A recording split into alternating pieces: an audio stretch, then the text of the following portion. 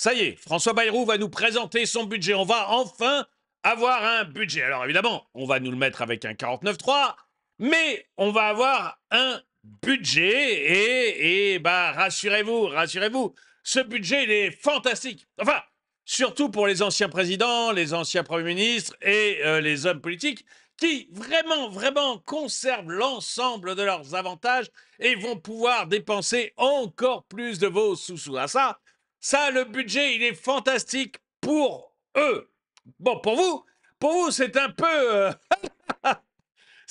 une autre affaire parce que le 49.3, ça va être vraiment un suppositoire et on va vous le mettre avec un maximum de vaseline. Seulement, rassurez-vous, certes, encore une fois, vous allez, encore une fois, vous allez payer, mais l'avantage, c'est que ce budget, il ne durera peut-être que jusqu'à mercredi, puisqu'il y a de nouveau une censure qui va arriver et on a bonne chance de voir un nouveau gouvernement dans une semaine qui lui-même travaillera sur un budget qui sera composé des mêmes personnes, exactement des mêmes personnes, mais dans un ordre différent, qui composera à nouveau un budget, proposera un nouveau budget qui évidemment ne touchera aucun de leurs privilèges et vous sera administré en suppositoire avec un nouveau 49.3. Jusqu'à quand cette blague va-t-elle durer? Bonjour et bienvenue dans cette nouvelle vidéo de DME en direct. Comme toujours, si vous n'êtes pas abonné, je vous suggère de le faire et de cliquer sur la cloche pour être prévenu lorsque je sors une nouvelle vidéo. Et vous devriez aller sur la boutique parce qu'il va sûrement y avoir quelque chose qui vous intéresse, d'autant qu'aujourd'hui, je vous offre les frais de livraison. Mais je vous en parle en fin de vidéo. Alors, c'est merveilleux. Ce suspense du budget, généralement, ça tient en haleine les journalistes pendant 3 semaines.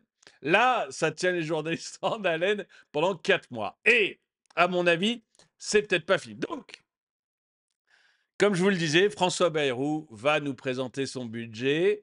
euh, et pour présenter son budget, eh ben forcément, il passe de nouveau par un 49.3. J'engagerai la responsabilité du gouvernement, des gouvernements dits responsables qui engagent leur responsabilité, c'est très beau. Bayrou annonce qu'il utilisera le 49.3 pour faire adopter son budget, donc présentation du budget aujourd'hui. Et pour résumer les choses rapidement, il y a un tweet qui résume les choses rapidement et que j'ai trouvé très bon. Euh, Bayrou déclenche l'ordre 49.3. Je l'ai trouvé. Vous savez, je le prends en rigolant parce qu'en fait, ce budget est une véritable catastrophe. Donc, prenons les choses en rigolant. Je vais vous montrer plusieurs vidéos sur le budget et vous verrez à quel point c'est une catastrophe absolue, quoi. Mais comme le précédent, ils sont nuls, ils veulent reprendre. C'est les mêmes personnes. Alors, vous verrez, je vais vous passer une petite musique très drôle, un petit sketch très drôle sur le fait que c'est toujours les mêmes personnes qui se regroupent tous, qui changent de poste comme ça. On ne sait pas trop pour ce qu'ils foutent là. D'ailleurs, eux-mêmes ne le savent même pas trop, puisque Madame Borne ne dit elle-même que ça l'intéresse, qu'elle ne connaît rien en éducation nationale, alors que c'est son ministère. Mais bon, voilà. Donc, on les change, c'est les mêmes, on les change de place tranquillement, hop. Et, et ils vous présentent le même budget que le précédent, qui maintient exactement tous leurs énormes avantages, mais ils espèrent vous faire gober. Ils disent, bon, un jour, un jour, ça finira bien par passer, mais bon, voilà. Ils nous prennent vraiment pour des ballots, mais voilà. Bon, je vais vous montrer un peu ce fameux budget pour en savoir plus. Donc, je vous montre ce qu'on a pu savoir ce matin sur le budget. De Legendre. L'édito de Raphaël Legendre et François Bayrou va dégainer son premier 49.3 cet après-midi. Raphaël, Absolument. pour clôturer l'examen du PLF Et peut-être même 2 s'il fait de même avec la première partie du PLFSS, la possible. sécurité sociale Mm. 2025. On arrive enfin au bout. J'ai un message à vous, auditeurs qui nous écoutez ce matin, comme Sandra Gandoin et Caroline Loyer sur ce studio qui n'en peuvent plus d'entendre parler tous les matins On peut plus, de c'est ce vrai. budget. Je vous avoue que moi aussi, je suis un peu fatigué. J'ai une excellente nouvelle pour démarrer la semaine. Ça se termine. C'est aujourd'hui que François Bayrou va dégainer son premier 49.3 pour nous. Alors, honnêtement, tu es un peu optimiste en disant que ça se termine aujourd'hui parce qu'à mon avis, on va se retrouver avec une motion de censure et on verra, on verra. Tiens, d'ailleurs, mercredi, ça sera la date à laquelle devrait être votée la motion de censure. Je fais une vidéo en direct, vous savez, je fais des directs le mercredi à 11 h et j'aurai plein d'invités. On sera 4 ou 5 pour parler de cette censure et de ce budget. Mais à mon avis, c'est un peu optimiste de dire qu'on a fini. J'ai l'impression que leur jeu, c'est on échange nos places le plus vite possible et on essaye d'avoir des voitures à cocarde, des chefs étoilés dans nos ministères et des avions présidentiels et des sièges à 40 000 euros le plus longtemps possible jusqu'à que ça craque. Débarrassé de ce texte Frankenstein, le jour de libération budgétaire est arrivé. Oui. Bon, alors évidemment, ce texte ne ressemble à rien, n'a aucune forme ni cap, mais au moins, il a le mérite d'exister et de nous sortir de ce tunnel sans fin. Ouf, c'est fini. Son seul Alors, est-ce qu'il faut un budget qui ressemble à rien, tout le monde le dit, hein, je vais vous passer d'autres extraits, vous verrez, tout le monde est d'accord sur le fait de dire que ça ressemble à rien, que c'est nul, que ça, c'est vraiment un budget catastrophique. Au moins, tout le monde est d'accord là-dessus. Mais est-ce qu'il faut vraiment, du coup, avoir un budget? Moi, je pose la question parce que on n'a pas de budget maintenant depuis quand même pas mal de temps, hein. Est-ce que votre vie a changé fondamentalement? Finalement, on s'aperçoit que ces gens-là ont plus ou moins d'utilité quand même, parce que bon, on n'a pas de budget. Bon, bah voilà, on n'a pas de budget, qu'est-ce que vous voulez? On s'en fout. Ça- Je suis pas sûr que ça soit tant un problème que ça. Est-ce qu'il vaut mieux ne pas avoir de budget qu'un budget Frankenstein? Moi, je me dis, bon, finalement, pas de budget. C'est peut-être mieux que les couillonneries qui sont en train de nous préparer. Mais vous me direz ce que vous en pensez dans les commentaires. mérite, hein, parce qu'il va vraiment pas forcément soigner les maux du pays. Ouais, c'est sûr, face à plus de chômage et moins de croissance, on répond par plus d'impôts et moins de travail. Cherchez l'erreur. Pire, je dirais même qu'il aggrave en réalité certains malaises de l'économie française, plus d'impôts, plus de dépenses. Donc il ne soigne rien, ça c'est évident. Et en même temps, comment faire quand le même texte est passé par 3 gouvernements successifs, amorcés par le gouvernement Attal, vous vous souvenez, à l'époque, on parlait d'un budget réversible, puis amendé par le gouvernement Barnier, qui lui était sous la pression à la fois des chefs à plumes de son bloc central et du Rassemblement national, et pour finir par François Bayrou, qui est allé chercher à gauche les dernières couches de ce millefeuille assez indigeste. Bref, il a fait le tour de l'échiquier politique, ce budget, et donc pas étonnant au final qu'on ait un peu de mal à trouver un cap clair. D'une certaine manière, ce PLF 2025, c'est en réalité l'aboutissement paroxystique du en même temps. On a voulu faire plaisir à tout le monde, du PS au Rassemblement national, et en même temps, c'est le texte qui enterre le macronisme en signant le grand retour des hausses d'impôts, et c'est un peu toute l'ironie de l'histoire. Le but, c'était quand même d'avoir une stabilité politique, Raphaël. Est-ce qu'on va au moins arriver à ça? Oui, probablement. Alors on verra mercredi, effectivement, au moment du vote de la censure, mais globalement, l'ambiance à l'Assemblée nationale en ce moment, en tout cas ces derniers jours, est plutôt du côté du mieux vaut un mauvais budget que pas de budget du tout. Oui. D'autant plus que même s'il regarde tout ça... Je suis vraiment pas certain. C'est-à-dire que entre le fait d'aller vous piquer encore plus d'argent dans vos poches et ne pas avoir de budget, qu'est-ce qui vaut mieux? Moi, vous allez écouter, j'ai un chef d'entreprise notamment qui parle de ce budget. Qu'est-ce qui vaut mieux? Ne pas avoir de budget du tout. Je veux dire, ça les emmerde eux, mais nous, ça ne nous change pas grand-chose à nos vies. Donc, est-ce qu'il vaut mieux pas de budget du tout ou un État qui va encore vous faire un peu plus les poches pour essayer de conserver son train de vie? Je me pose vraiment la question. Moi, je me dis finalement, les Belges ont essayé pendant plusieurs mois sans État. Ça a été très bien.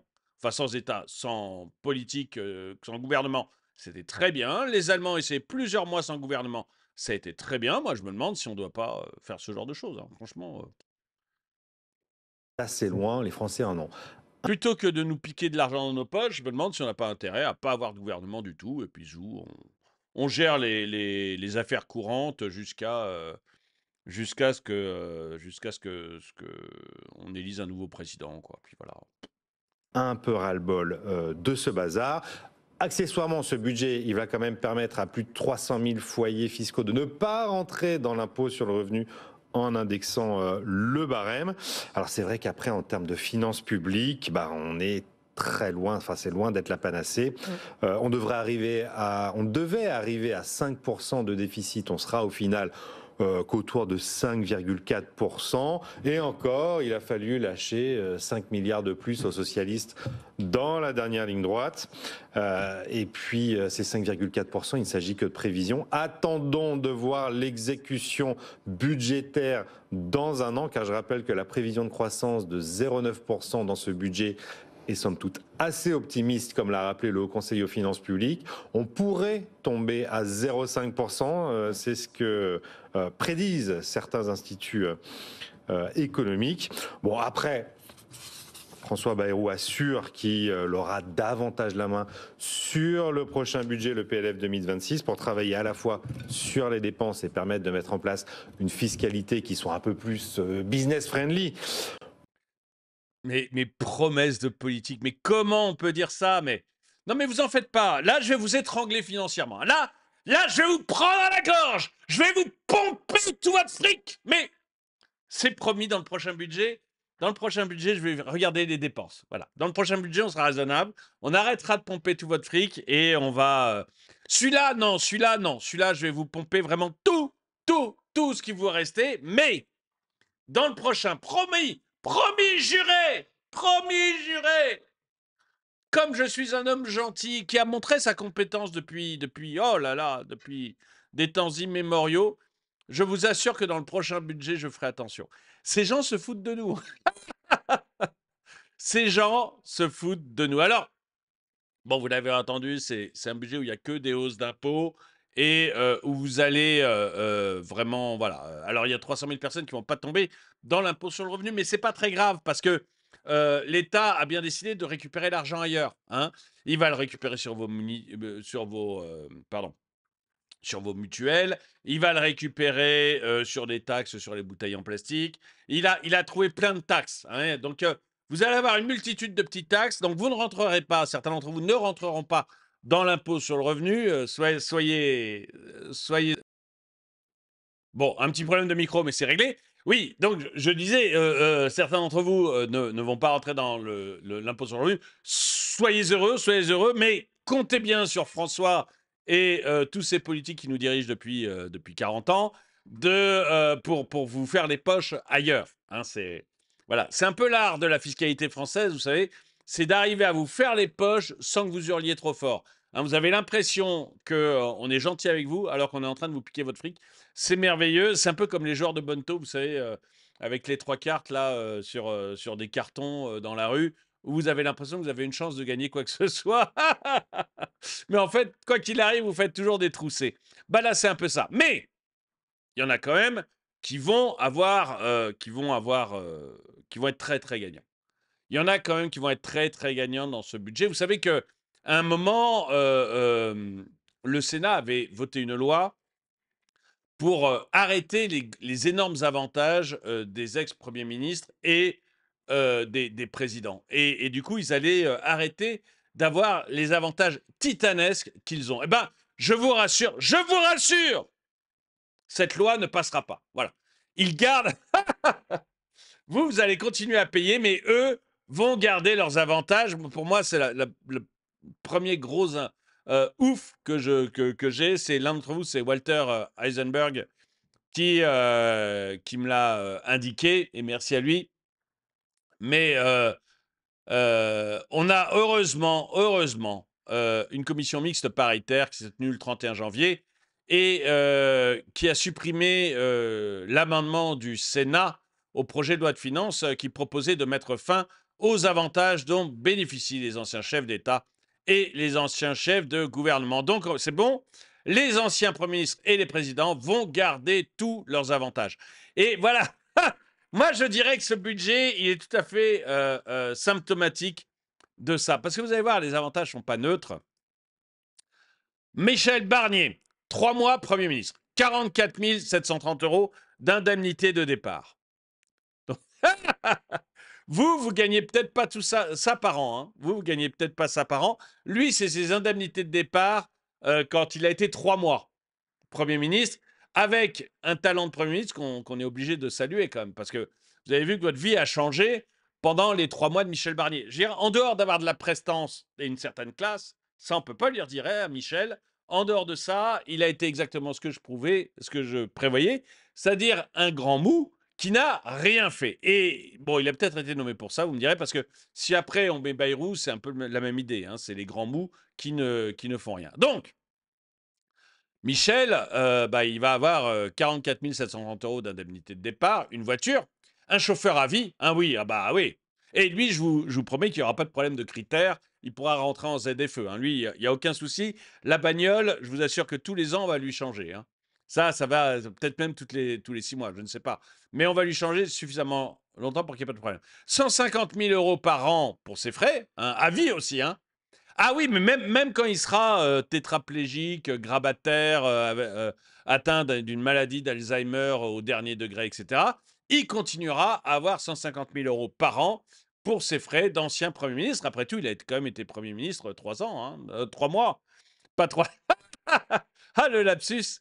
Il a été Premier ministre 3 mois, donc il mérite quand même énormément, mais alors énormément d'argent. Sans oublier, c'est déjà 28 270 € par mois de retraite. Donc, si vous aviez un petit peu peur pour la vie de Michel Barnier, qui nous a quand même dirigé avec énormément de talent pendant 3 mois, rassurez-vous, sa vie ne changera pas.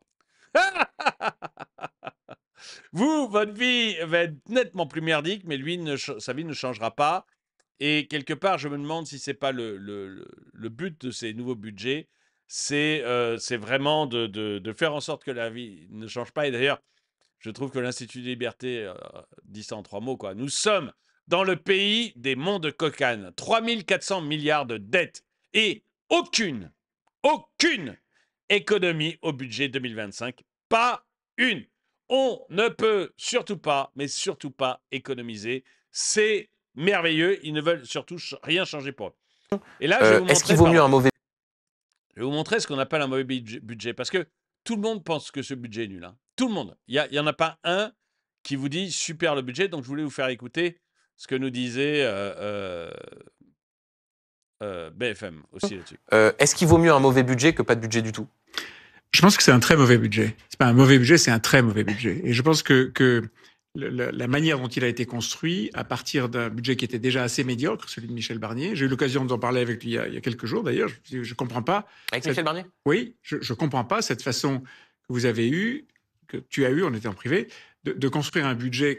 La première fois que la droite revenait au pouvoir depuis 2012, le premier mot qui était posé, c'était le mot justice fiscale, donnant le sentiment qu'il y a une injustice fiscale, ce qu'Olivier Benzinsko vient de souligner, que ce que je ne partage pas et ce que beaucoup de Français ne partagent pas d'ailleurs. Essentiel, et d'ailleurs tous ceux qui se sont penchés dessus, y compris le Haut Conseil des finances publiques, disent c'est un budget qui essentiellement fait appel à des impôts nouveaux et qui ne règle absolument pas la question de savoir si nous avons, nous, collectivement, les moyens à la fois d'assurer le train de vie de l'État et d'assurer la survie de notre modèle social. Ni l'un, ni l'autre. Et donc, on peut continuer à faire de la dépense sociale, on peut continuer à faire de la dépense publique. Et là encore, je reprends les propos de François Bayrou, son grand dessein, c'est de dire, je vais demander aux administrations de faire le bilan entre action et gestion, voir s'il y a un bon équilibre entre ce qu'on dépense dans les bureaux et ce qu'on dépense sur le terrain. Mais enfin, ça fait 20 ans qu'on nous raconte ça. Il vaut mieux, quand même... Mais non, un mauvais budget qu'un budget qui serait rejeté. Oui, mais il vaut mieux se couper une main plutôt que se faire arracher le bras. Oui. Bon, c'est un argument qui ne vaut pas. Je pense que alors, si on a un mauvais budget, c'est vrai que c'est mieux que d'avoir une instabilité chronique. Mais on est dans un moment où... Moi, je me pose réellement la question. Hein. Je me demande s'il ne vaut pas mieux avoir une instabilité chronique. On s'en fout. On s'en fout. Est-ce qu'il y a une seule chose dans ce budget qui va nous sauver? Est-ce qu'il y a une seule chose dans ce budget qui répond aux crises internationales qu'on a actuellement? Est-ce qu'il y a une seule chose dans ce budget qui répond aux menaces de Donald Trump? Enfin, que Donald Trump fait sur la France et sur l'Europe. Est-ce qu'il y a une menace commerciale, hein, il ne menace pas de nous envahir pour le moment. Mais, mais est-ce qu'il y a une seule chose dans ce budget qui va régler les problèmes de déficit et de catastrophe budgétaire de la France?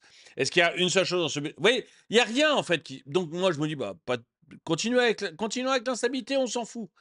Jusqu'à ce qu'ils soient tous barrés, jusqu'à ce que notre président ait démissionné et qu'on ait quelqu'un qui tienne la route, ou du moins qui soit réellement choisi sur un axe clair à la place, continuons comme ça. Moi, on s'en fiche complètement, franchement. Tous les arguments qui consistent à dire, au fond, ce que dit François Bayrou dans l'interview, c'est la première fois qu'un peu de gauche travaille avec un peu de droite, on va tous s'aimer, ça va être On en a rien à formidable. faire, hein. Franchement, c'est pas comme ça qu'on gère un pays. Bon, On en a, mais strictement rien à faire qu'il y ait un peu de gauche qui travaille avec un peu de droite. Franchement, quel intérêt? Mais quel intérêt? Moi, je suis sidéré par ces nuls. Surtout qu'à côté, si vous voulez, vous avez. Je vais vous montrer des petites vidéos rigolotes hein, après, notamment assez rapidement. Mais je vais vous montrer d'abord deux choses. Avant de vous faire rigoler, parce qu'il faut quand même se détendre quand on a tous ces charlots à la tête de l'État. Je vais vous montrer deux choses avant de se détendre. On va regarder d'une part les Suisses. Et vous allez voir la différence entre la France et la Suisse, mais c'est à se tirer une balle, vous savez, c'est impressionnant. On vit dans deux mondes différents, hein. Vous avez le monde des gens sérieux qui vont s'enrichir et où la population a un SMIC à un peu plus de 4 000 euros et a un niveau de vie XXL qui continue à avancer. Et je rappelle qu'on était l'équivalent des Suisses en 1960. Hein, sous Pompidou, on était l'équivalent de la Suisse. Et aujourd'hui, ils sont 2 fois plus riches que nous.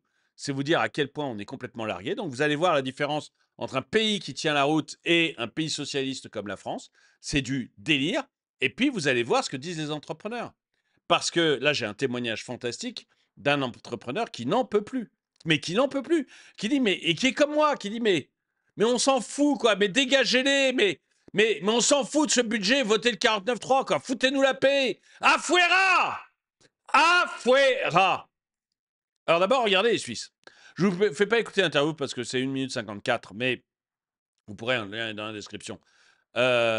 Coupe de subventions dans le budget de la Confédération helvétique. Ce n'est pas la tâche du contribuable de payer pour chaque subvention et pour chaque intérêt spécial, souligne la présidente Karine Keller-Sutter, qui pointe la situation financière déplorable de la France. Vous vous rendez compte l'image que l'on donne à la Suisse, et d'ailleurs cette Suisse, dans l'interview, vous dit, mais en fait, regardez la France, ils payent plus en intérêt de la dette que pour leur armée. Et c'est vrai, dans le budget, l'intérêt de la dette coûte plus cher que l'armée. Et elle dit, et elle montre la France comme un repoussoir, hein, comme un repoussoir économique. Elle dit, mais nous, c'est pas aux citoyens suisses d'aller payer chaque petite subvention à des intérêts particuliers, parce que ça, c'est forcément plus d'impôts. Donc, quand on fait ça, on écrase après la population sous l'impôt. Fichez la population, laissez-la, nous, on ne paye pas pour les intérêts particuliers. Et je suis, mais franchement, j'ai envie de me faire naturaliser de temps en temps. Je me dis de temps en temps qu'il faut devenir suisse, les gars, parce que mais c'est impressionnant, quoi, la différence de mentalité. Et voyez, la grande différence, c'est que cette dame, vous la connaissez pas. Vous la connaissez pas. Et elle va disparaître, etc. Et une autre la remplacera. Et je trouve que c'est vraiment une bonne chose, vous voyez. Plutôt que d'avoir des mecs qui sont toujours les mêmes et qui finissent par nous polluer, je trouve que c'est pas mal d'avoir... en fait, le personnel politique là-bas ne vit pas pour devenir politique professionnel et pour qu'on les regarde partout et pour aller manger des petits fours avec leurs copains. Ils sont là vraiment pour servir le peuple et je trouve que c'est une bonne chose. Mais ce que je voulais vous montrer surtout, c'est ce témoignage d'un chef d'entreprise et il est tout à fait sur ma ligne de ce côté-là, je trouve. Bonjour, les grandes gueules. Entrepreneur dans la rénovation, censure ou pas censure? Censure. Pourquoi? Censure, pourquoi? Parce que pourquoi on va encore, nous, les entreprises, passer à la caisse parce qu'on a un État qui est obèse, en fait, en permanence. Je ne sais pas si vous avez vu, moi j'ai regardé un peu le budget qu'il propose M. Bayrou, mais comme M. Barnier avant, et comme tous ceux qui nous gouvernent depuis 7 ans. Ça fait 7 ans qu'on tape sur les entreprises, comme si qu'on était des vaches à lait. Mais pourquoi l'État ne fait pas d'économies? Où sont les économies? Mais c'est ça le problème. J'entends les propos de Zora, j'entends les propos de Charles et j'entends les propos d'Éléonore. Mais le problème, c'est qu'à chaque fois, vous êtes tous d'accord, mais sans être d'accord. C'est quoi le problème? Le problème, c'est qu'aujourd'hui, les Français ne peuvent plus payer. Le problème, c'est que les Français, aujourd'hui, ils n'ont pas de perspective d'avenir. Ça, c'est vrai. Et quand on n'a pas de perspective d'avenir, quand on n'a pas d'ambition, enfin, on a des ambitions, mais on n'a pas de projection, qu'est-ce qu'on fait? Eh ben, on fait rien. Voilà, moi, j'ai plein de clients qui me disent, ben, aujourd'hui, qu'est-ce qu'on fait? On préfère épargner que dépenser. Mais pourquoi? Parce qu'on ne sait pas où on va. Ah oui. Mais ça, alors vraiment, moi, je vous le conseille à tous, hein, je le dis, etc. Mais je le dis depuis des mois maintenant, mais épargnez, mais tout ce que vous pouvez, hein. Ne consommez pas, épargnez tout ce que vous pouvez. Parce que tout ça, toute cette merdouille qu'ils sont en train de vous mettre sur les épaules, ça va se terminer clairement en impôt nouveau, hein. Ils font tout ce qu'ils peuvent pour conserver leurs avantages, pour conserver leurs énormes avantages. On l'a vu tout à l'heure avec Michel Barnier. Mais tout ça, c'est vous qui allez le payer au bout du compte. Donc, oui, je pense qu'il faut arrêter tous les projets nouveaux et mettre le maximum d'argent de côté en ce moment, mais vraiment le maximum. Moi, je le dis de temps en temps dans des vidéos, je mets 20% de mon revenu net en épargne. Voilà, je mets 20% de mon revenu net en épargne parce que, ce qui est beaucoup, avant je mettais que 10, hein, là je me suis mis à 20 parce que c'est pas vivable, quoi. Parce que ça va devenir très très compliqué en Europe. En Europe d'une manière générale, hein, en France de manière particulière, mais en Europe de manière générale. Enfin, on a des ambitions, on n'a pas de projection, qu'est-ce qu'on fait? Eh ben, on fait rien. Voilà, moi j'ai plein de clients qui me disent, ben, aujourd'hui, qu'est-ce qu'on fait? On préfère épargner que dépenser. Mais pourquoi? Parce qu'on ne sait pas où on va. Parce oui. qu'avec ces gens-là, on ne sait pas où on va. Alors, au bout d'un moment, ok, l'avenir, il est sombre avec ces gens-là. Mais moi, je préfère un avenir un petit peu plus sombre que d'avoir 2 ans et demi de catastrophisme avec ces gens-là, qui vont nous plonger encore plus dans la dette qu'on est. J'ai entendu ce monsieur De Courson ce matin, qui est membre de la commission des finances. Ouais. Il disait quelque chose de vrai. Aujourd'hui, on nous annonce encore des espèces de projections de Bercy, alors que tout le monde sait que ce sont des menteurs. Ah oui, Comme ça, ils sont exactement- plantés sur toutes les Comme dernières. exactement Mais vous ce qui s'est alors là, passé Rodolphe, avec monsieur le maire. Rodolphe, vous avez raison. C'est-à-dire que tous les hauts fonctionnaires du Trésor, toutes les têtes pensantes de l'économie sont plantés dans toutes leurs prévisions. Et ils sont encore Ils sont là. encore là. En Ils sont encore responsabilité. là. J'adore Voilà. ça. Donc il y a peut-être un moment, il faudrait peut-être Mais non, dégager mais- aussi à ce niveau-là tous ceux Mais, qui sont plantés dans les, dans mais les valable pour prévisions. tous, hein, J'allais classe dire, politique, j'allais dire c'est dans les pareil, hein. prédictions, T'échoues, dans les tu reviens. prévisions. Je suis d'accord. Enfin, mais pour eux, vous voyez, ça rejoint tout à fait mon idée d'une caste qui ne vit que pour ses privilèges. Dans une entreprise, si vous avez le directeur financier qui se plante dans toutes ses prévisions, depuis très longtemps maintenant, ça fait 2 ou 3 ans que systématiquement on se trompe dans toutes les prévisions. Bah, le directeur financier, on lui dit bye bye quand il dit écoute mon grand, c'est bon, tu sais pas faire des calculs, tu pars. Là, non, là la caste reste. La caste reste, c'est si jamais il y en a un qui part comme le Premier ministre Michel Barnier, il part avec des avantages tellement gigantesques que vous n'aurez jamais de tels avantages dans votre vie. Alors qu'il est resté 3 mois, le gars. Il est resté 3 mois, il a été nul, il a rien fait. Hop! Des avantages dans tous les sens. Et les hauts fonctionnaires de Bercy, c'est la même chose. Ils se sont trompés sur les recettes de TVA. Ça fait 2 fois d'affilée qu'ils se trompent sur les recettes de TVA. Ils se trompent sur les prévisions de croissance, mais ça devient du délire. Vous l'avez entendu tout à l'heure. Ils disent 0,9 et le haut commissariat aux finances publiques dit non, on n'y arrivera jamais, quoi. C'est faux. Et d'ailleurs, un haut commissariat de plus qui sert à rien. Je veux dire, les économistes qui y sont de très bons économistes, hein, il n'y a pas de problème là-dessus. Mais de toute manière, ils rendent des avis que personne n'écoute. Donc à quoi ça sert? Fermez-le, fermez-le. Et ce haut commissariat aux finances publiques, non, 0,9, c'est très optimiste. D'ailleurs, ils le disent avec des mots très politiques, hein, parce qu'on ne peut pas dire ils nous prennent pour des cons. Mais, mais c'est ce que ça veut dire. Hein, quand ils vous annoncent les choses comme ils vous l'ont annoncé, c'est un peu ils nous prennent pour des cons. Mais parce que 0,9, on n'y arrivera pas. On arrivera difficilement à 0,5. Et voilà, c'est tous. si on ne prend pas de grosse crise au travers de la tête en 2025. Donc, tout ça, c'est du flan. Tout ça, c'est du pipeau. C'est du pipeau. Et donc, les prévisions. Mais il n'y a pas un haut fonctionnaire qui va être dégagé parce qu'il se plante depuis des années. Je trouve ça formidable. Cette caste ne cherche en fait qu'une seule chose, c'est à se maintenir au pouvoir et à. D'ailleurs, regardez, vous avez voté, que vous soyez de gauche ou de droite, hein, vous avez voté LFI d'un côté, ou le NFP qui était franchement très à gauche, et de l'autre côté, vous avez voté RN. D'ailleurs, plus RN que NFP. Mais peu importe, vous avez voté extrême droite et extrême gauche. Et le résultat, c'est que vous n'avez que des gouvernements centristes depuis. Vous n'avez que ça, avec plus ou moins les mêmes budgets, c'est ce que vous disiez tout à l'heure l'intervenant, plus ou moins les mêmes budgets que ceux de notre président, des macronistes. Vous ne servez à rien. En fait, le vote ne sert à rien. Ils ont confisqué le pouvoir et la seule chose qu'ils veulent, c'est se maintenir au pouvoir. Alors, je vais vous faire rigoler avec ça parce que c'est merveilleux. Mais j'ai envie de vous faire écouter une petite chanson de chansonnier que j'ai trouvé fantastique et qui va vous faire rire. Alors, je ne les connais pas, hein, mais j'ai beaucoup aimé ce qu'ils font. Si vous les connaissez, vous mettez un truc dans les commentaires pour qu'on puisse les retrouver, ceux que ça intéresse. Je vais vous faire écouter parce que j'ai trouvé ça très, très beau.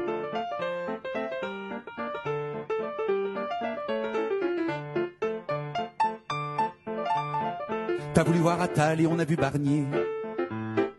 T'as voulu voir Barnier et on a vu Bayrou. Et on a vu Bayrou du Béarn arriver, nommé Borne qui était à sa place l'an dernier. Et Borne passe de Matignon à l'éducation, là où Bayrou était il y a 30 ans sous Juppé. Trop stylé. En septembre, Darmanin est rentré à Tourcoing. Même pas le temps de respirer, le revelà en janvier. Tandis que Place Beauvau arrivait Retailleau, on se disait au moins on n'a plus Darmanin, mais Bayrou est taquin et rappelle Darmanin, cadeau de Noël foireux, maintenant on a les deux. Qui dit mieux? Mais je te le dis, on n'y comprend plus rien. Depuis le mois de juin, on ne sait plus qui est qui, on ne peut pas s'attacher. Les ministres s'en vont sans même nous laisser le temps de connaître leur nom. Est-ce que quelqu'un sait qui c'est le ministre du budget? Personne apparemment, c'est peut-être inquiétant. Au travail c'est Vautrin, oui mais avant Vautrin c'était Panos Bouvet. Mais personne sait qui c'est, tout comme Vautrin d'ailleurs. Mais dans tout ça le meilleur c'est que Vautrin précédait Panos Bouvet. Boucle bouclée. Aux affaires étrangères c'est Jean-Noël Barrot. Tandis qu'au ferroviaire c'est Philippe Tabarot. Ça fait que sous Bayrou, Barreau et Tabarot sont un barreau en dessous de Borne et Retailleau. Ça veut rien dire du tout et à chanter c'est chaud. Tiens voilà Repsamet, vite un ibuprofène.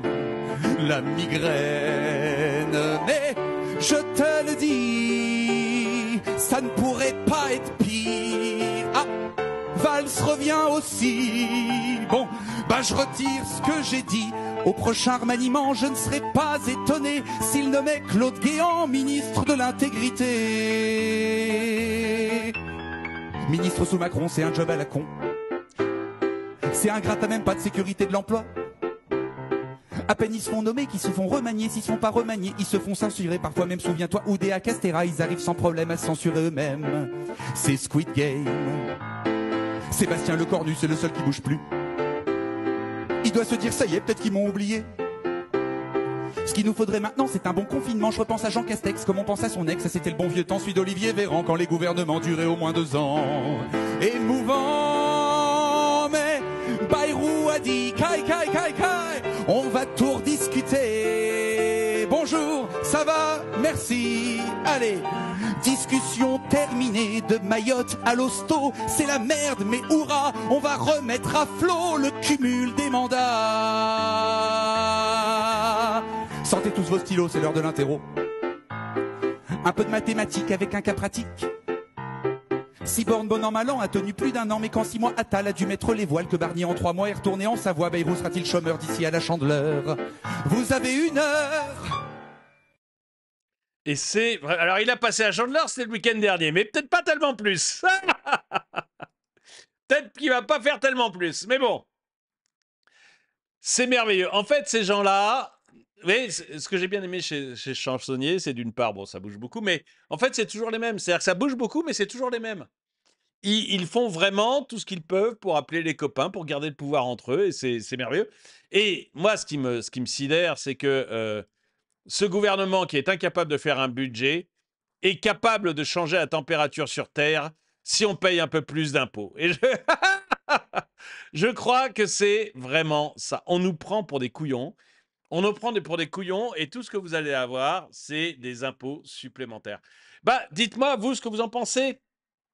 Hein, est-ce que vous croyez qu'il faut, oui, c'est bien qu'on augmente, pardon, qu'on ait ce budget, qu'il faut absolument avoir ce budget, ou est-ce que vous êtes d'accord avec moi pour dire, mais censure, qu'on les dégage et qu'ils se fassent dégager tous le plus vite possible les uns après les autres jusqu'à ce qu'enfin, enfin, on puisse choisir un nouveau président, jusqu'à ce que, enfin, ils écoutent le peuple. Voilà, qu'ils écoutent le peuple. Il y en a marre de cet extrême centre, de ces centristes mous qui ne font rien. Choisissez votre camp, camarades. Soit on va bien à droite, soit on va bien à gauche. Mais au moins, on choisit.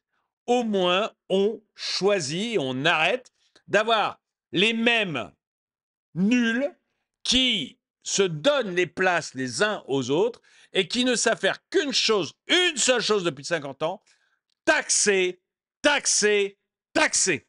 Dites-moi ce que vous en pensez dans les commentaires. Et n'oubliez pas la boutique, parce que là, actuellement, je vous offre la livraison gratuite. Alors, sur la boutique, vous savez, vous avez des mugs, des polos comme celui-ci, extrêmement beaux. Hein. En France, on ne résout pas les problèmes, on taxe. Vous avez des mugs comme ceux-là, je ne m'énerve pas, je m'exprime. Et vous avez 7 logos différents avec, je crois qu'il y a 200 maintenant produits sur la boutique. 200 produits différents sur la boutique. Donc, vous allez trouver un truc qui vous plaît. Il n'y a aucun doute. Et il y a un truc que je vois de plus en plus souvent, mais vraiment de plus en plus souvent, c'est que vous achetez un autocollant ou un magnet, vous savez, à mettre sur les frigos.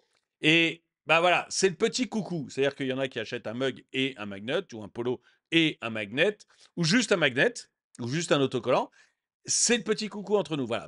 Moi, ça me fait plaisir parce que ça vous fait un souvenir d'avoir un autocollant ou un magnet, c'est mon clin d'œil à moi. Puis vous, c'est un bon moyen de dire, bon, bah voilà, on aime bien ce que tu fais, continue.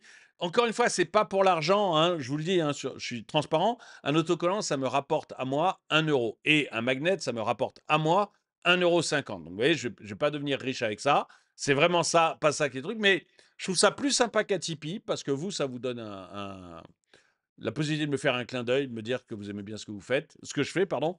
Et moi, ça me donne la possibilité aussi de vous faire un clin d'œil de la chaîne, puisque vous avez un souvenir. Donc voilà, je vois de plus en plus souvent que les gens achètent un magnet ou un autocollant en plus de leur commande, ou même juste un autocollant, ou même juste un magnet.